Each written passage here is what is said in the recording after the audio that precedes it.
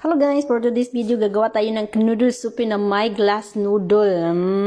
Sobrang yummy. In 3 minutes, meron ka ng pagkain. So, ganito ang ginagawa ko minsan kasi minsan wala akong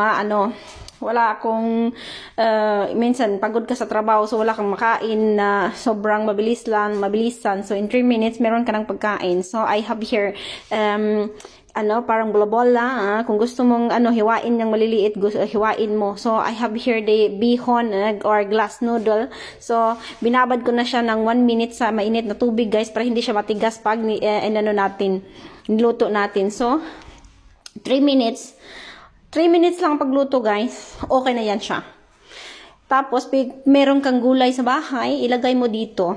Ilagay mo yan diyan sa pagkain mo. Kung ano mang klaseng ingredients meron ka dyan sa bahay, ilagay mo sa pagkain mo, pero in 3 minutes meron ka ng pagkain.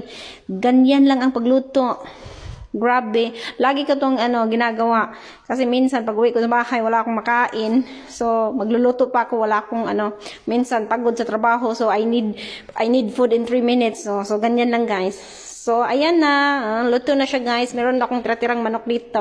God bless you. Bye-bye. Kain na.